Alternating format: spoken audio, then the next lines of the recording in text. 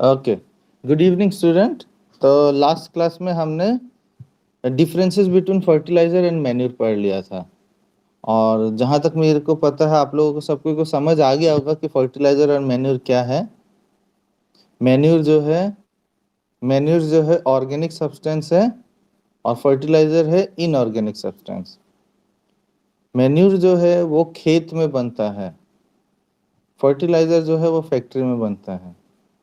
Manure जो है वो चिपचिपा और गीला होता है, यानी बल्की होता है। और फर्टिलाइजर जो होता है वो पैकेट में आता है, यानी कॉम्पैक्ट होता है। फर्टिलाइजर जो है date can be easily transported, एक जगह से दूसरी जगह ले जा सकते हैं। बट मैन्यूर जो है उसको ले जाने में थोड़ा गड़बड़ी होता है क्योंकि गंद आता है। ठीक है, मैन्यूर जो है produces bad smell, fertiliser do not produce bad smell. ठीक है,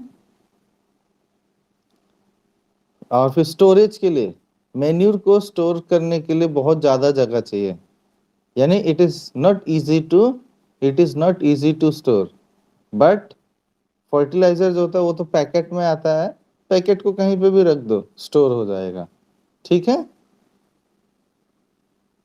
ठीक है।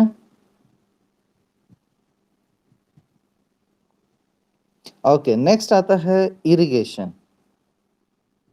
अब मैंने बताया था फर्टिलाइजर का नुकसान भी है, ज्यादा अगर फर्टिलाइजर यूज करोगे तो जमीन क्या होता है ना, वो इनफर्टाइल हो जाता है।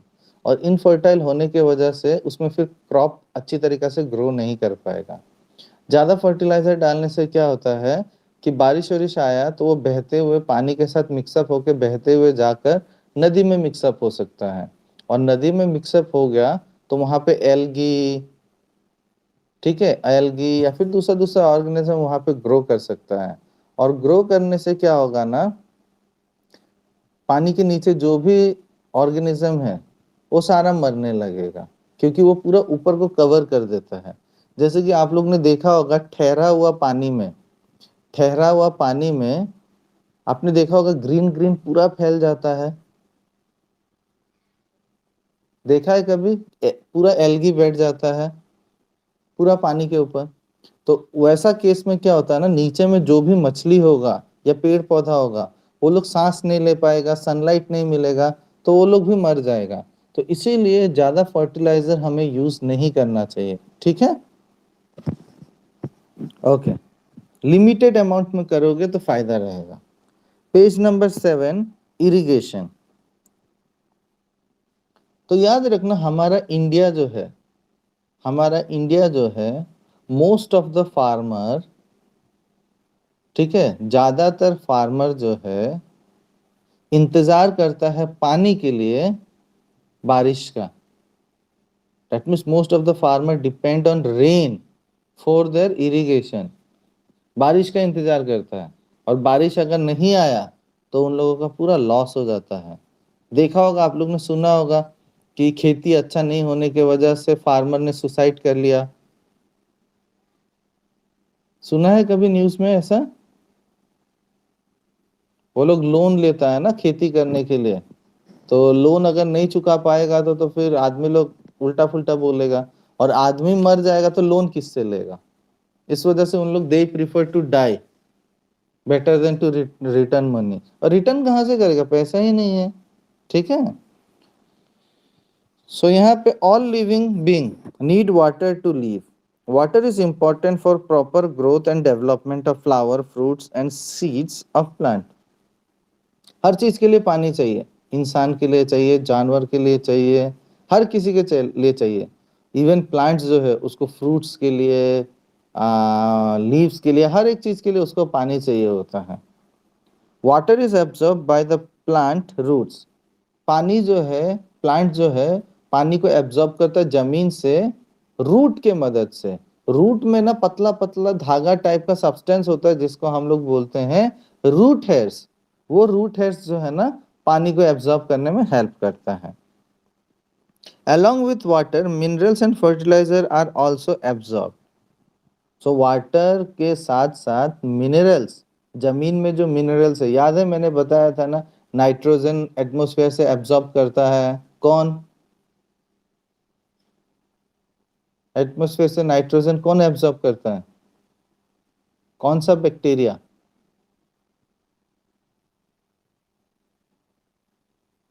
Rhizobium and Azotobacter. एजोटोबैक्टर, ठीक है। राइजोबियम और एजोटोबैक्टर ये दोनों क्या करता है? एटमॉस्फेयर से नाइट्रोजन को एब्जॉर्ब करता है। तो ये सारा मिनरल्स जो है पानी के साथ मिक्सअप होके, और जो भी फर्टिलाइजर हम डाल रहे हैं वो सारा पानी के साथ मिक्सअप होके प्लांट को मिलता है। Plant contain nearly 90% water. Water is essential because germination of seed does not take place under dry condition. तो क्या बोल रहा है?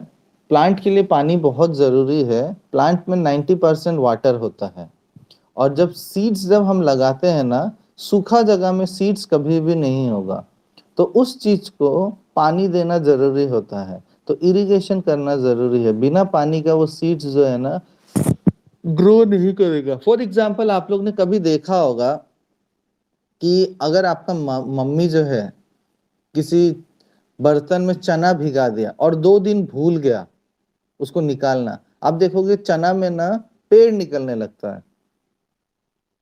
देखा है?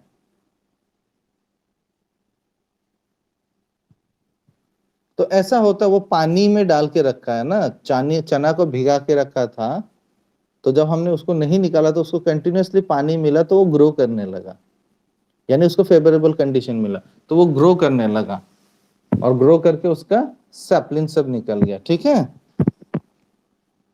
Okay. Nutrition dissolve in water get transported to each part of the plant. Water also protect the crop from both frost and hot air current. तो पानी जब प्लांट को मिलता है ना, तो प्लांट जो है ना बच जाता है, बहुत ज्यादा गर्मी और बहुत ज्यादा ठंडा से भी बच जाता है। अगर बर्फ उर्फ भी गिरा ना तो कोई बात नहीं, वो पानी की वजह से ना अपना बॉडी का टेम्परेचर को ना मेंटेन कर सकता है, तो वो मरेगा नहीं। समझ आया?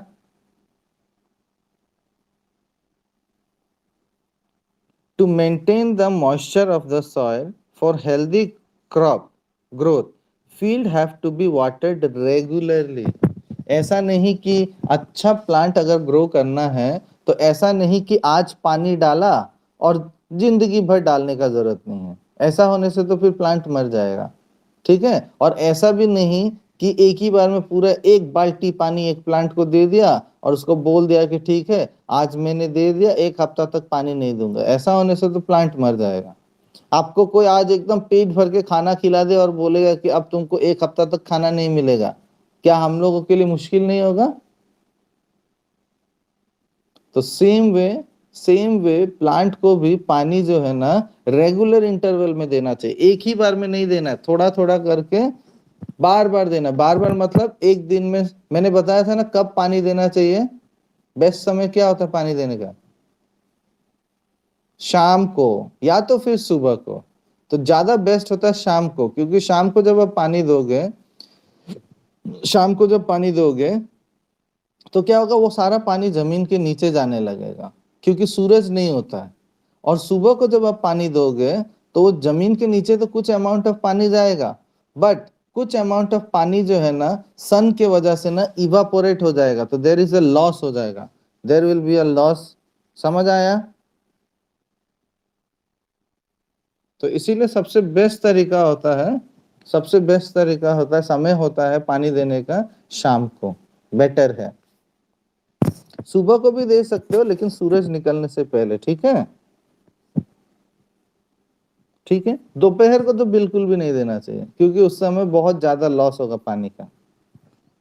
अच्छा, तो इरिगेशन का मतलब क्या होता है? The supply of water to crop at different intervals.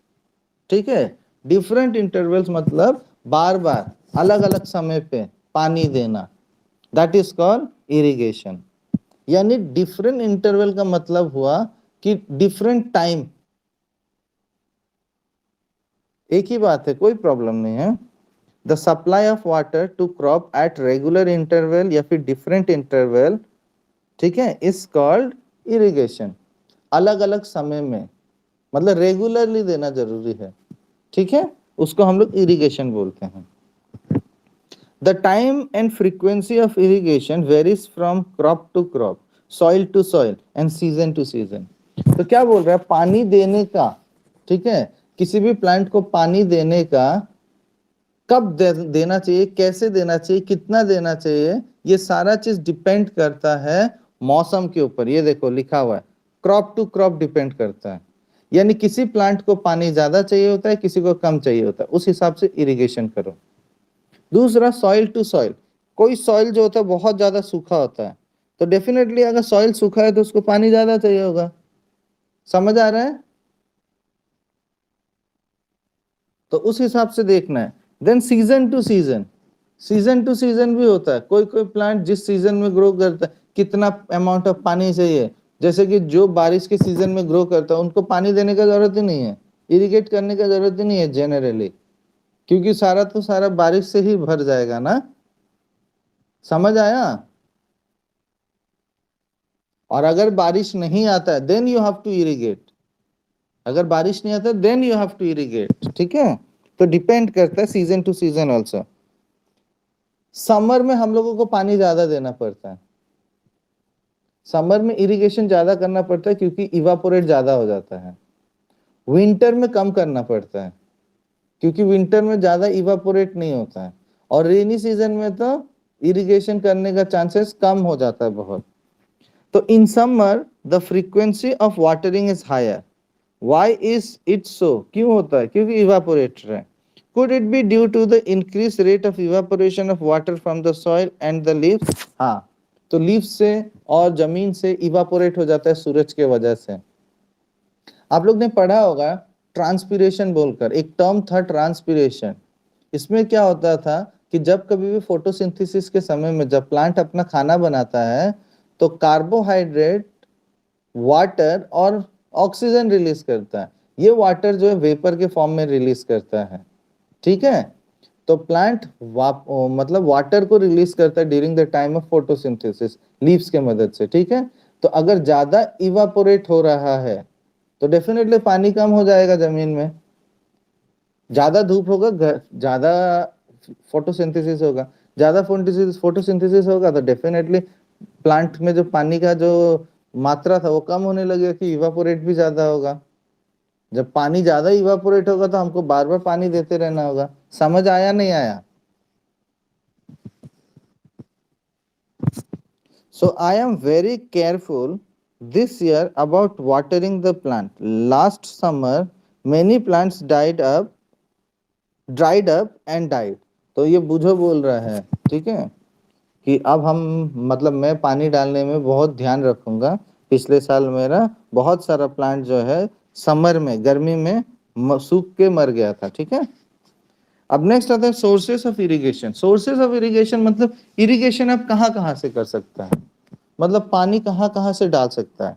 तो the sources of irrigation are well, कुआं से हो सकता है, ट्यूबवेल से हो सकता है, ट्यूबवेल माने वो डंकल जो होता है, पॉन्ड से हो सकता है, लेक से हो सकता है, रिवर से हो सकता है, डैम से हो सकता है, कैनल से हो सकता है। ये सारा जगह से आप कर सकते हो। ग्राउंड वाटर से हो सकता है, ठीक है, ग्राउंड वाटर से हो सकता है, स्प्रिंग से हो सकता है। स्प्रिंग मतलब समझते हो क्या होता है स्प्रिंग?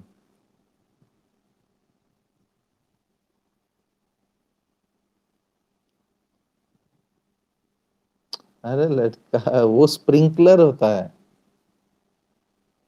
Spring, spring, SPRING। किसी को पता है?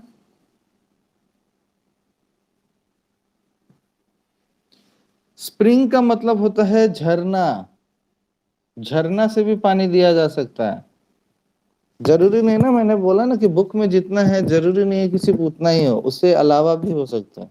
तो बुक में बोला कुआं हो सकता है, डोंकल हो सकता है, पॉन्ड हो सकता है, लेक हो सकता है, ठीक है। पॉन्ड छोटा होता है, लेक बड़ा होता है, नदी हो सकता है, डैम हो सकता है और कैनल हो सकता है, ठीक है। तो ये ग्राउंड वाटर भी हो सकता है, ठीक है। रेन वाटर भी हो सकता है। रेन वाटर आप लोग ने पढ़ा होगा शायद सोशल में, मेरे हिसाब से रेन वाटर हार्वेस्टिंग पढ़ा है कभी ये?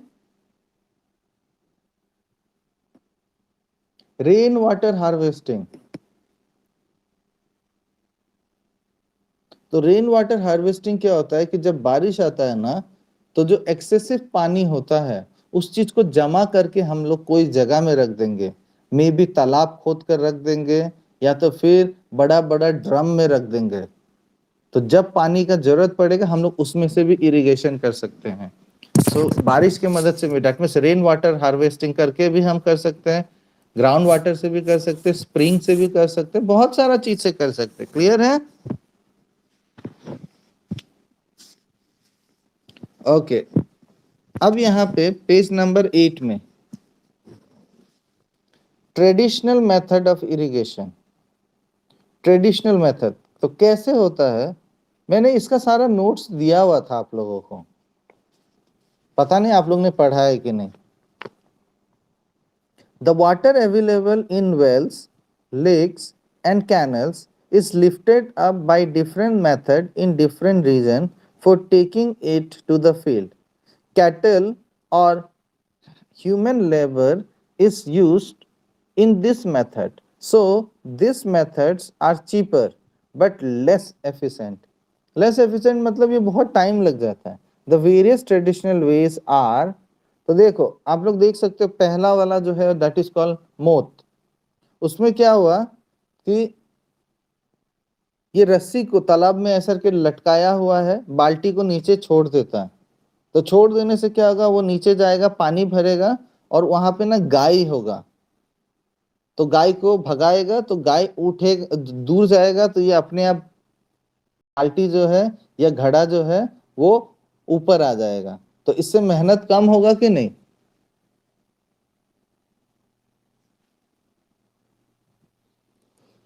तो ये मेहनत तो देखो फिगर में, देखो फिगर 1.4 ए, उसमें क्या क्या है, कुआं में एक रस्सी बांध दिया है पुली के मदद से। वो गोल वाला जो दिख रहा है वो पुली है। एक तरफ रस्सी में हमने बांध दिया है गाय को और एक तरफ रस्सी में हमने बांध दिया है बाल्टी को या फिर कोई भी चीज को। ठीक है, फिर उसके बाद बाल्टी को हम लोग नीचे डालते हैं, तो दूसरा साइड से रस्सी किसके साथ बंधा हुआ है, गाय से हो या तो फिर किसी हैवी ब्लॉक से होगा। ठीक है, हैवी ब्लॉक से, जैसे कि आप लोगों ने देखा है कि नहीं भगवान जाने, कभी कभी पुलिस लोगों का जो आ, रोकने का जो जगह होता है उसमें बांस लगाया रहता है और एक तरफ में बस्ता लगाया जाता है, देखा है कभी? जब कोई आदमी आता है तो वो बांस ऐसे उठ जाता है। हाँ, तो वैसा टाइप का है ये। जब उन लोगों को पानी चाहिए होता है तो वो चीज को ऐसे सीधा कर लेता है। तो यहाँ पे तो रस्सी के मदद से यानी गाय को बांधा गया है, तो गाय को भगाता है धीरे धीरे, तो गाय जैसे ही जाता है वो पानी ऊपर आ जाता है बाल्टी की मदद से और फिर गिरा देता है। ऐसे नाला बना के रखा रहता है, नाला में डालते रहता है और पानी जाता रहता है। लेकिन इससे बहुत ज्यादा पानी लॉस हो सकता है, क्योंकि अब पानी जब जमीन पे डाल रहा है, हो सकता है ना जमीन उसको सोख लेगा, है कि नहीं? आप एक गिलास पानी लो, एक गिलास पानी लो और जमीन पे डालो तो देखो सारा का सारा वो सोख लेगा, प्लांट तक थोड़ी जाएगा वो। कहने का समझ आ रहा है कि नहीं? देखो उसका क्रॉप तो बहुत बड़ा है ना, क्रॉप जो है उसका फील्ड जो है काफी बड़ा है, फिगर में देखो फील्ड काफी बड़ा है। जहां पे वो पानी डाल रहा है वो नाला बना के रखा हुआ है अपना फील्ड की तरफ में। ठीक है, ताकि वो नाला में डालेगा तो पानी बहता हुआ जाएगा। लेकिन जब हम पानी डालेंगे नाला में तो डेफिनेटली वो नाला में जो मिट्टी है वो तो पानी को सोख लेगा ना, हाँ या ना? तो ये काफी मेहनत वाला काम है, ठीक है, मतलब टाइम कंज्यूमिंग वाला है। दूसरा है चेन पंप। नेक्स्ट, अच्छा एक एग्जांपल यहाँ पे भी देखो, ढेकली यहाँ पे भी दिया हुआ है। ये ढेकली देखो, ये ऐसा भी एक तरीका है। जो मैं बोल रहा था ना कि एक तरफ में हैवी ब्लॉक बांध देंगे और दूसरा साइड में बाल्टी बांध देंगे कुआं में, तो उस चीज को नीचे ऊपर करके हम लोग पानी निकाल सकते हैं। ठीक है, ठीक है। Next chain pump. Chain pump जो है, चेन पंप जो है वो जो आप लोग मॉडर्न टेक्नोलॉजी नहीं देखा है, चेन से बंधा रहता है और वो गोल गोल घूमता है और पानी निकालता है, बहुत सारा मूवी में भी देखा होगा। चक्का जैसा गोल गोल घूमते रहता है, बाल्टी बांधा रहता है, पानी निकालता है फेंकता है, पानी निकालता है फेंकता है, देखा है ना, नहीं देखा है? तो नहीं देखा है, बहुत सारा मूवी वूवी में भी होता है ये सीन। वैसा चेन की मदद से भी कर सकते हैं, ठीक है। और फिर उसके बाद ढेकली तो ऑलरेडी समझा दिया। नेक्स्ट आता है राहत। राहत जो है, ये कोई जगह में पानी जमा रहता है और वहां पे ऐसा बाल्टी जो है कनेक्टेड रहता है, बहुत सारा बाल्टी। ये बाल्टी जो है गोल गोल घूमता है, कैसे घूमता है? गाय के मदद से घूम सकता है, मतलब कोई घुमाना चाहिए उसके मदद से, या तो फिर इंसान भी घुमा सकता है। जैसे वो घूमेगा, ये जो गोल वाला जो दिख रहा है आप लोगों को फिगर 1.4 में, वो गोल वाला जो चक्का जो है, व्हील जो है, वो घूमने लगेगा। और जैसे ही वो घूमेगा, हर एक बाल्टी में पानी भरता हुआ दूसरा साइड में गिराएगा, ठीक है। Okay, so this was traditional method. अब नेक्स्ट आता है modern method of irrigation. So modern method में ना दो मेथड जेनरली है, ठीक है। पहला मेथड जो है that is called sprinkler system, ठीक है। स्प्रिंकलर सिस्टम में क्या होता है, जैसे कि आप लोग ने देखा होगा चाय पत्ती के बागान में, ठीक है, चाय पत्ती के बागान में एक ऐसा करके लोहा निकला रहता है, मतलब पाइप निकला रहता है, और उसके ऊपर में ना नोजल रहता है।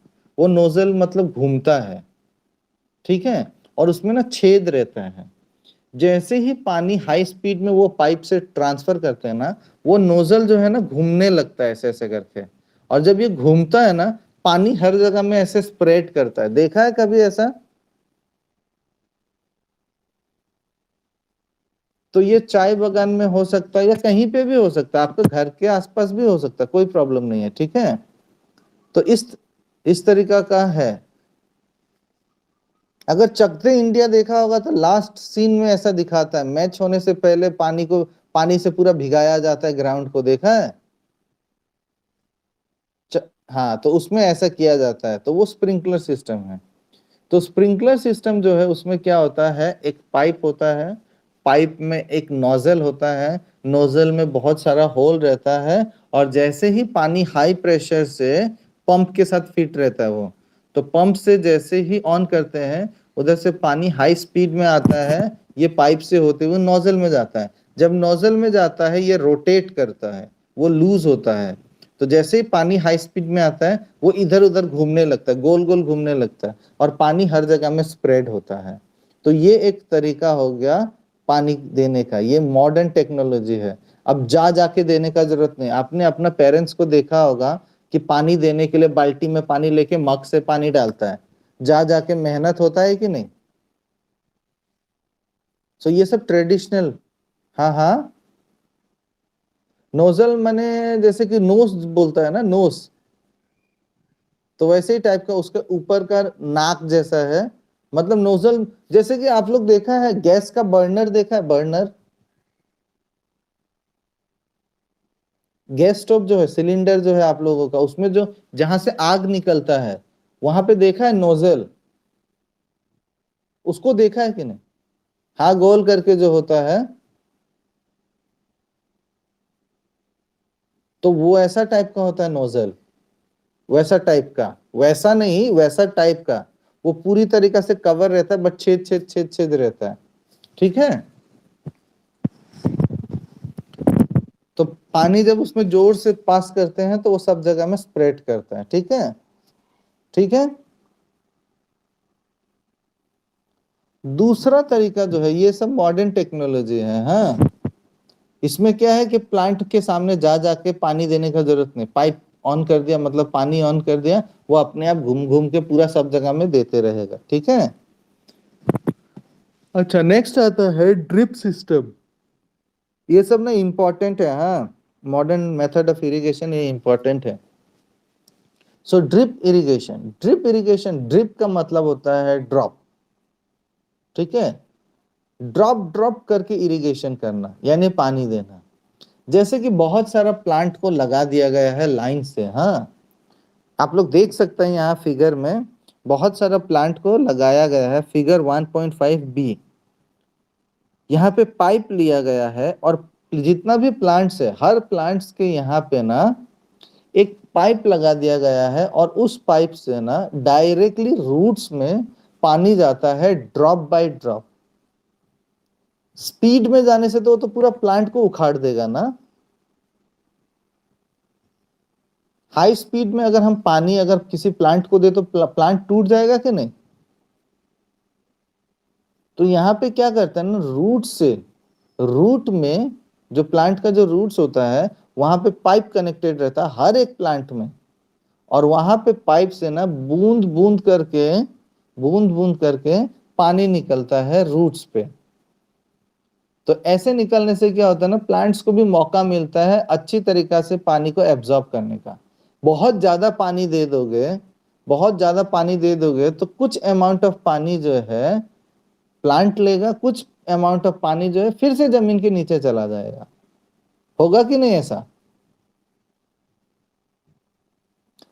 ज्यादा मात्रा में दोगे तो वैसे ही होगा, कुछ अमाउंट ऑफ पानी प्लांट लेगा और कुछ अमाउंट ऑफ पानी जमीन के नीचे चला जाएगा।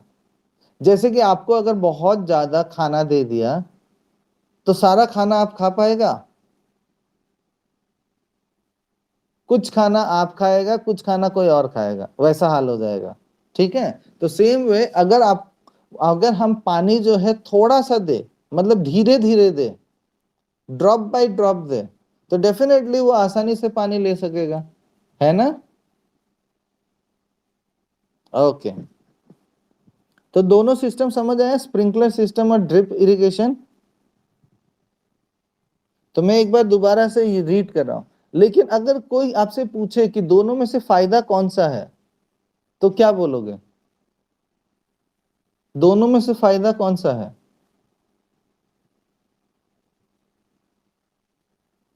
बी वाला यानी ड्रिप सिस्टम, ठीक है। ड्रिप सिस्टम जो है ना, इसमें फायदा इसीलिए है क्योंकि इसमें पानी का लॉस जो है ना कम होता है। क्योंकि पानी जो है, प्लांट को पानी देना चाहिए, राइट, लेकिन कहां पे देना चाहिए। रूट्स में देना चाहिए। जब ये नोजल घूमता है, स्प्रिंकलर जब ऐसे घूमता है, पत्ता के ऊपर में भी तो पानी गिरेगा, तो वो सब तो लॉस हो रहा है ना, वो तो कोई फायदा नहीं हो रहा है। समझ आ रहा है कि नहीं। तो ये जो स्प्रिंकलर सिस्टम जो है, that is helpful, that is useful in uneven area. ऊंचा नीचा जगह जहां पे होगा ना, वहां पे ये काम आता है, वहां पे स्प्रिंकलर सिस्टम आता है। लेकिन जहां पे ग्राउंड सीधा हो उस जगह में ड्रिप सिस्टम काम आता है, ठीक है। Okay, so sprinkler system, this system is more useful on the uneven lands where sufficient water is not available. The perpendicular pipe, एक सीधा सा पाइप ऐसे लगाया जाता है, having rotating nozzles यानी गोल गोल ऐसे ऐसे घूमता हुआ nozzles on the top, are joined to the main pipeline at regular interval. When water is allowed to flow through the main pipe under pressure with the help of a pump, it escapes from the rotating nozzles. It gets sprinkled on the crop as if it is raining. Sprinkler is very useful for sandy soil. Sandy soil के लिए ज्यादा useful है, ठीक है। But drip जो है ये ज्यादा मजेदार है। ड्रिप सिस्टम जो है, in this system the water falls drop by drop just at the position of the roots, so it is called drip system. It is the best technique for watering fruit plant, gardens and trees. The system provides water to plant drop by drop. Water is not wasted at all. It is a boon in region where availability of water is poor. मतलब बून का मतलब क्या हुआ, फायदेमंद, ठीक है। सो it is फायदेमंद in region where availability of water is poor. ठीक है, जहां पे पानी का कमी है वहां पे हम लोग को ड्रिप सिस्टम इस्तेमाल करना चाहिए। इससे क्या होगा, डायरेक्टली प्लांट को पानी मिल जाएगा। क्लियर है?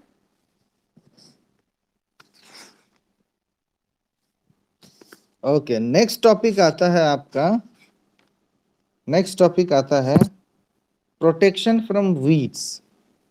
सो प्रोटेक्शन फ्रॉम वीड्स, वीड्स मतलब क्या होता है? वीड्स माने क्या होता है? वीड्स का मतलब होता है जंगल, अनवांटेड प्लांट्स। ठीक है, अनवांटेड प्लांट्स। जैसे कि हम लोग जब खेती करते हैं तो सपोज मान लो कि मैंने भिंडी का पेड़ लगाया, लेडीज फिंगर का पेड़ लगाया, तो लेडीज फिंगर का पेड़ लगाया तो सिर्फ लेडीज फिंगर ग्रो करेगा क्या उस जमीन पे? उसके अलावा दूसरा घास फूस भी उगेगा। तो वो जो दूसरा घास फूस जो है, जो एक्स्ट्रा घास है, they are known as weeds. और इसको टाइम टू टाइम रिमूव करना जरूरी है, टाइम टू टाइम रिमूव करना जरूरी है। क्योंकि अगर इसको रिमूव नहीं करोगे तो ये लोग क्या करेगा, जो मेन प्लांट है उसका सारा न्यूट्रिएंट्स ये लोग लेता रहेगा, और न्यूट्रिशन लेगा तो मेन प्लांट जो है उसको न्यूट्रिशन कम मिलेगा और ग्रोथ अच्छा नहीं होगा। समझ आया? Okay, so protection from weeds. Bujo and Paheli went to a nearby wheat field and saw that there were some other plant in the field. Have this other plant been planted purposely? अपने इच्छा से लगाया नहीं, ये खुद ब खुद हो जाता है। So in a field, many other undesirable plants may grow naturally along with the crops. These undesirable plants are called weeds. तो जो अनवांटेड प्लांट्स जो होता है, जो मेन प्लांट के साथ अपने आप ग्रो कर जाता है, उसको हम लोग बोलते हैं weeds. The removal of weed is called weeding. जब हम लोग घास को निकालते हैं, वो जो प्रोसेस जो होता है उस प्रोसेस को बोलते हैं वीडिंग। ठीक है, वीड जो है जंगल, उसको निकालने का जो प्रोसेस होता है that is known as weeding. Clear है? Weeding is necessary since weeds compete with the crop plants for water, nutrient, space, and sunlight. Thus, they affect the growth of the crop. Some weeds interfere even in harvesting and may be poisonous for animals and human beings. तो कुछ कुछ क्या होता है ना, weeds जो होता है ना बहुत डेंजर होता है। डेंजर होता है मतलब जैसे पॉइजनस होता है। तो अभी हम लोग हार्वेस्ट कर रहे हैं, हार्वेस्ट मतलब काट रहे हैं, तो काटते समय मेन प्लांट के साथ साथ ना वो जंगल भी कट जाएगा, और वो जंगल को जब हम लोग पका के खा लेंगे तो हम भी मर जाएंगे। समझ आया नहीं आया? तो इसीलिए वीड्स जो होता है, वीड्स को टाइम टू टाइम रिमूव करना बहुत जरूरी होता है। Farmer adopts many ways to remove weeds and control their growth. तो वीड्स को निकालने का अलग अलग तरीका सीखा है इन लोग। ठीक है, एक तरीका होता है मैनुअली। मैनुअली का मतलब क्या होता है कि इंसान जो है, ठीक है, इंसान जो है, ठीक है, तीन तरीका होता है। पहला हो गया मैनुअल। वो मैनुअल में क्या होता है, इंसान जो है, मैंने बताया था ना खुरपी, तो खुरपी के मदद से वो जंगल को साफ करता है, खुरपी के मदद से वो जंगल को साफ करता है, वो मैनुअल प्रोसेस हो गया। ठीक है, दूसरा प्रोसेस जो है that is chemical process. Chemical process का मतलब ये हुआ कि वीडीसाइड्स बोलकर कुछ केमिकल आता है, वीडीसाइड्स। ठीक है, ये वीडीसाइड्स को हम लोग क्या करते हैं, उस जमीन पे डाल देते हैं लिक्विड फॉर्म में या फिर पाउडर फॉर्म में, उसको स्प्रे कर देते हैं, ऐसा करके फेंक देते हैं। लिक्विड में हुआ तो स्प्रे करेंगे, और पाउडर फॉर्म में हुआ तो ऐसा करके थ्रो कर देंगे। तो थ्रो करने के बाद वो क्या करेगा ना, मेन प्लांट को खराब नहीं करेगा, जो दूसरा प्लांट जो है ना वो सारा को मार डालेगा। कभी सुना है जंगल को मारने के लिए आप लोग ने पाउडर वाउडर ऐसा कुछ डाला हो, केमिकल? आसपास में जंगल है, घर के आसपास में, घर के आसपास में जंगल है, तो आपका पेरेंट्स कुछ केमिकल लेके आया और स्प्रे कर दिया आसपास में, तो दैट इज वीडीसाइड्स। वो जंगल को मारने के लिए है। ठीक है, तो एक तरीका हो गया मैनुअल, एक हो गया वीडीसाइड्स, और एक हो गया बायोलॉजिकल मेथड। ठीक है, बायोलॉजिकल मेथड में क्या होता है कि कीड़ा मकोड़ा होता है, कुछ कुछ कीड़ा मकोड़ा होता है। ठीक है, वो कीड़ा मकोड़ा जो है ना, कुछ एक अपना फेवरेट प्लांट को ही खाता है। जैसे कि क्लास 7 में आप लोग ने पढ़ा था कि कॉकुन्स जो है, सिल्कवर्म जो है, मेनली वो मलबरी लीव्स को खाता है, याद है? तो एक स्पेशल टाइप का लीव्स को खाता है, यानी पसंद है। ठीक है, तो क्या करता है ना, फार्मर लोग देखता है कि मेरे मतलब फील्ड में अनवांटेड प्लांट ग्रो कर रहा है, और वो अनवांटेड प्लांट जो है ना काफी ज्यादा है, और कौन सा कीड़ा उस चीज को खाता है वो आपको नॉलेज होना चाहिए। तो उस कीड़ा को लेकर आकर अपना फील्ड पे छोड़ दो, तो वो क्या करेगा, सारा पत्ता खाना शुरू कर देगा वो अनवांटेड प्लांट का। आपका मेन प्लांट का वो नहीं खाएगा, क्योंकि उसको जो पसंद है वो वही खाएगा ना। जैसे कि मान लो कि मैंने 10 तरीका का खाना रख दिया आपके सामने में, लेकिन आपका फेवरेट जो है वो एक ही खाना है, तो आप वो सिर्फ एक ही खाना को खाओगे, राइट? सबको थोड़ी खाओगे। तो सेम वे यहाँ पे भी वो प्लांट जो है, जो अनवांटेड प्लांट जो है, उस चीज को वो खाना शुरू कर देगा। तो this is called biological method. ये सब बुक में नहीं है, हाँ? मैं आप लोगों को अपना मर्जी से, अपना नॉलेज से बता रहा हूँ। ठीक है, तो 3 मेथड हुआ वीड्स को रिमूव करने का। एक हुआ मैनुअल प्रोसेस, खुद से करते हैं। दूसरा हो गया केमिकल प्रोसेस, जिसमें हम लोग वीडीसाइड्स डालते हैं। और तीसरा एक प्रोसेस हो गया बायोलॉजिकल मेथड, उसमें हम लोग उस प्लांट का, वीड्स का एनिमी को डालते हैं। ठीक है, ओके। अब देखो, यहां पे कभी कभी ना क्वेश्चन पूछता है कि मतलब नेम सम वीडीसाइड्स। यहां पे देखो लास्ट पैराग्राफ में, पेज नंबर 10 में, एकदम लास्ट पैराग्राफ में लेफ्ट साइड में, weeds are also controlled by using certain chemicals called weedicide, मिला? जैसे कि लाइक 2,4-D, 2,4-D, इसका फुल फॉर्म होता है, लिखो पेंसिल से, लिख लो अपना कॉपी में, नीचे में लिख लो 2,4-D ना। तो इसका वो लिखो, टू टू लिखा, नंबर में लिखो 2, 2-4, 2-4 लिखा, कॉमा, कॉमा, इधर देखो क्या है, 2,4-D ना।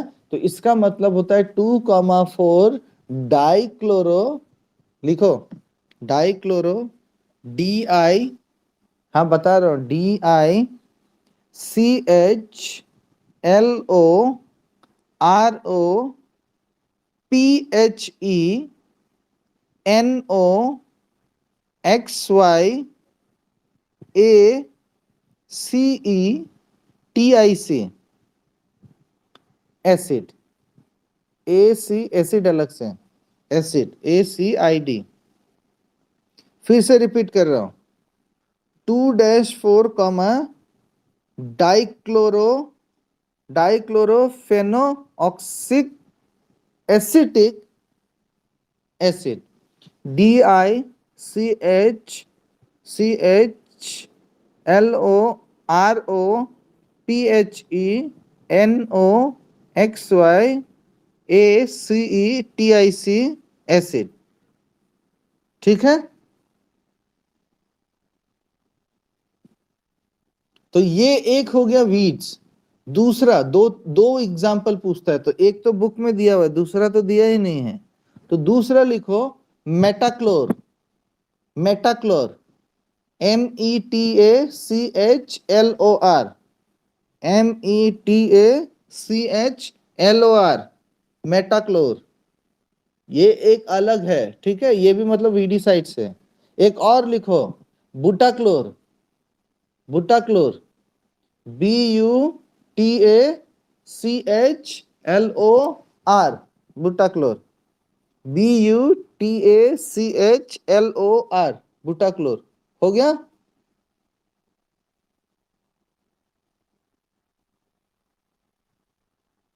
BUTACHLOR, बुटाक्लोर। तो एग्जाम में अगर आपको पूछता है दो एग्जाम्पल लिखने के लिए, ठीक है, वीडी साइट्स का, तो आप लोग ऐसे मत लिखना कि 2-4 डाइक्लोरो ऑक्सी एसेटिक, इतना नहीं लिखना है। आप लोग लिखोगे 2,4-D, बस हो गया। इसका फुल फॉर्म है ये, ठीक है? ठीक है ना? ओके, और फिर मेटाक्लोर, मेटाक्लोर और बुट्टाक्लोर, ये कुछ कुछ एग्जाम्पल हो गया। ठीक है, चलो आज हम लोग यहीं पे रखते हैं, नेक्स्ट दिन फिर हार्वेस्टिंग और स्टोरेज पढ़ेंगे, ठीक है? ओके, चलो फिर। और जिसने जिसने पेमेंट नहीं किया है तो आप लोग कर देना, ठीक है, 10 तारीख से पहले। अदरवाइज फिर ये ऐप जो है ना रिमूव कर देगा, बताया ही था मैंने। ओके, चलो, बाय बाय। Bye bye.